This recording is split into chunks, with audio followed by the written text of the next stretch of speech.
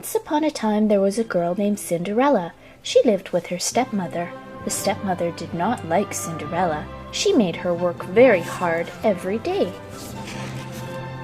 Cinderella had two stepsisters. Their names were Drizella and Anastasia. The stepsisters never had to work.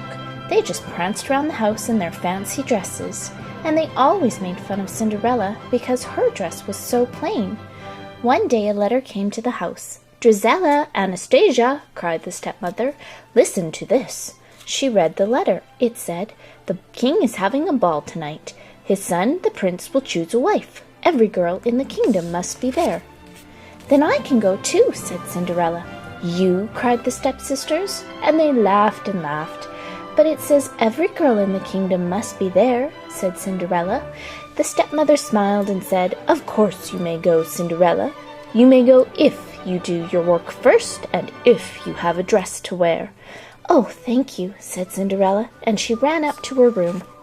Some mice lived in Cinderella's room. They were Cinderella's friends. She had even made little clothes for them. "Guess what?" she cried. "I am going to a ball at the palace." "Hooray!" cried the mice. Then she showed them an old dress. "It just needs a little mending," said Cinderella, "and maybe a sash and some beads to make it pretty." "Yes, yes, Cinderella," said the mice. "Cinderella!" called the stepmother. Cinderella went downstairs. "I want you to clean the floor and wash the windows and dust the drapes," said the stepmother. "But I did that yesterday," said Cinderella.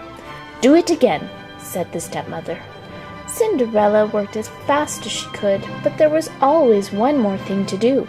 "Cinderella! Cinderella! Cinderella!" "Oh dear," said Cinderella, "I will never have time to mend my dress." "They make Cinderella work, work, work," said a fat mouse named Gus. "She will have no time to fix her dress," said a skinny mouse named Jack. "We can do it," cried the mice. "We can fix Cinderella's dress." Gus and Jack sneaked into a big room. The stepsisters were dressing for the ball. "I hate this old sash," said Drizella, and she threw it down.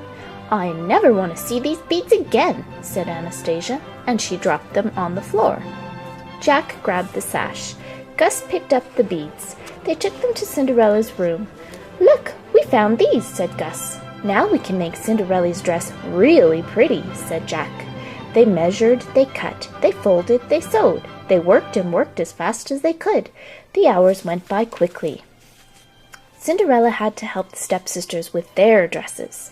When she was done, the stepmother said, "It's time to go to the ball, girls. Are you ready, Cinderella?" "No," said Cinderella sadly. "I did not have any time to fix my dress." "Too bad," said the stepsisters. "You must learn to work faster," said the stepmother. They watched Cinderella go up to her room. When Cinderella opened the door, she saw something wonderful. Her dress was ready. "Surprise!" cried the mice. "It is the prettiest dress I have ever seen," said Cinderella, and she put it on. Cinderella ran down the stairs. "Wait!" she called. "I can go now. I have a dress." The stepmother and the stepsisters could not believe their eyes. "My sash!" cried Drizella. "My beads!" cried Anastasia. They ripped off the sash and pulled off the beads. Cinderella's dress was ruined. "Come along, girls," said the stepmother. "The prince is waiting for you." And off they went to the palace. Cinderella was left behind. Cinderella ran into the garden. The mice ran after her. "How I did wish to go to the ball," said Cinderella. "But it is no use. Wishes never come true." "Never, my dear?" said a voice. Cinderella looked up. There was a little woman with a wand. "I am your fairy godmother," she said. "I am here to give you your wish." "Now let me see," said the fairy godmother. "I need a pumpkin and a horse and a dog. What luck! They are right here. And yes, I will need some mice." When the mice heard this, they began to run, but the fairy godmother stopped them with her wand. "Now for the magic words," she said. "Bibbidi, bobbidi, boo!" She waved her wand. The pumpkin turned into a coach, the horse turned into a coachman, the dog turned into a footman, and the mice turned into white horses. "Now hop in, my dear," said the fairy godmother. "But my dress," said Cinderella. "Oh my!" cried the fairy godmother. "I almost forgot." She waved her wand again. Cinderella looked down. Her dress turned into a white gown. Her shoes turned into glass slippers. "Oh, thank you," said Cinderella. "Now hop into the coach," said the fairy godmother. "But remember, all the magic ends when the clock strikes 12. "I won't forget," said Cinderella, and off she went to the palace. At the ball, the king was complaining. "The prince has met all the girls in the kingdom," he said, "and he has not found one he likes." "Give him time," said the Grand Duke. "He has had enough time," cried the king. Just then Cinderella came into the ballroom. When the prince saw her, he bowed. "May I have this dance?" he asked. "Yes," said Cinderella. All night the prince danced only with Cinderella. They danced around the floor as if in a dream. Everyone said, "How lovely she is! Who can she be?" The hours went by quickly. Suddenly the clock began to strike midnight. Cinderella ran down the palace steps. As she ran, she lost a glass slipper. When the prince reached the steps, Cinderella was gone. He picked up the tiny glass slipper. "The girl who wore this slipper is the girl I want to marry," said the prince. He told the Grand Duke to find her. Even before Cinderella was home, the magic ended. The coach turned back into a pumpkin.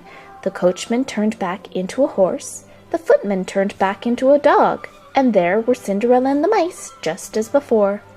The next day, the Grand Duke took the glass slipper to every house in the kingdom. At last he came to the house where Cinderella lived. Cinderella was up in her room. First Drizella tried the slipper. Her foot was much too long. Then Anastasia tried the slipper. Her foot was much too wide. "Are there any other girls in this house?" asked the Grand Duke. "No," said the stepmother. Just then Cinderella came downstairs. "Who is this?" asked the Grand Duke. "She is only the maid," said the stepmother. "I don't care," said the Grand Duke. "She too must try the slipper." It fit perfectly. Then Cinderella reached into her pocket and pulled out the other glass slipper. The Grand Duke bowed to Cinderella. "You are the girl the prince says he must marry," said the Grand Duke. So Cinderella went to the palace and married the prince, and they lived happily ever after.